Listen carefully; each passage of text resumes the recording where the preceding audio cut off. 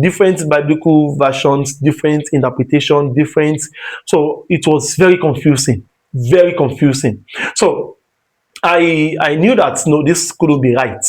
Because God cannot be a God of confusion. It's even in the Bible, in the book of Isaiah, that God is not a God of confusion. He shouldn't be a God of confusion if he actually wants the best for his creatures. So he should be convincing as much as possible. Very simple and clear. So that whatever position you'll be taking, either salvation or destruction, you are doing it based on clarity. Knowledge. So on knowledge. So now, after reading all of these, very ambiguous, things about Christianity, about the Bible, I knew there's something missing. So then I started, on that same particular day, I now started reading on Islam. Like, okay, I want to know who really is Allah. Who is Allah? Is it the same God we worship? Is it the same God that Jesus Christ called upon? Is it the same God that Abraham worship? Who is he? Muhammad. Like, the only thing I know about him, or let me say, whenever you hear, as a Christian, whenever you hear the word Muhammad, what comes to your mind first is like a tyranny, a terrorist, someone who is like hold a sword on the hand, then the Quran on the other hand. Accept the Quran or you will be beheaded. That's part of what we've been programmed to believe about Prophet Muhammad sallallahu alaihi wasallam. Like someone who just forces people to accept his faith. Not accepting it, then death is the penalty.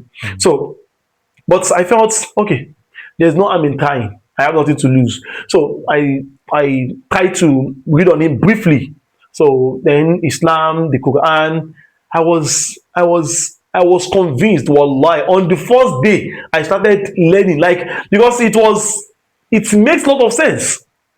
Like the concept of God, who Muhammad is, his message, the previous prophet, it aligns a lot. There's a chain. Yes, it makes so much sense. Like, it's not confusing. It is rather convincing. Then I do say to myself that if a man could since the Christians believe is that Prophet Muhammad was not inspired by God, that he just came up with Islam from his own self. So I do tell myself that if a man can bring such a could system, single-handedly come up with this, as comprehensive, as well-detailed, as aligned, as convincing as Islam, then he is the wisest man to ever step on the surface of the earth.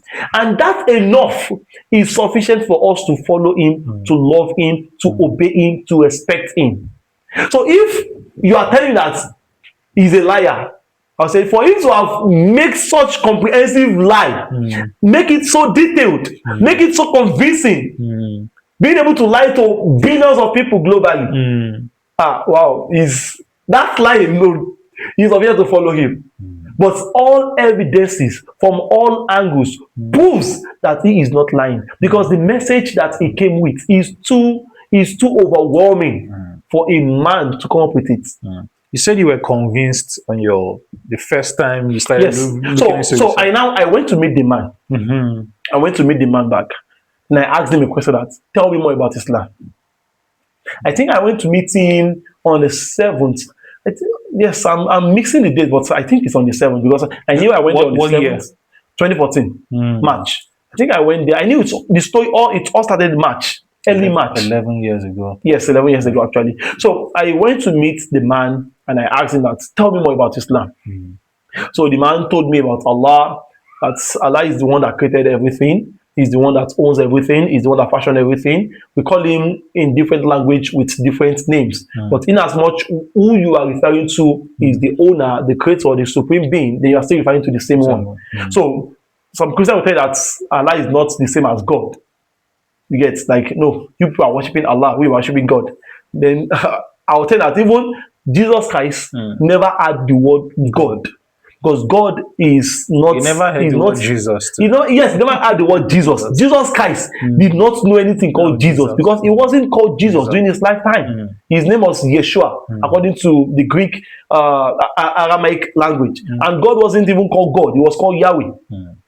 You get?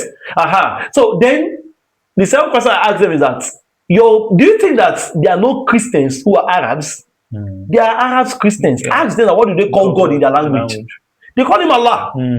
So in the Bible, in the Arabic Bible, there's no word you can use for God except from Allah. Mm. So if you are telling me that me as a Muslim I worship Allah, then I'll ask you that if you ask your Arab Christians, your Arab brothers, that who do they worship?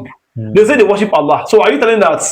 So the way they argue, like argument that are not, they lack substance.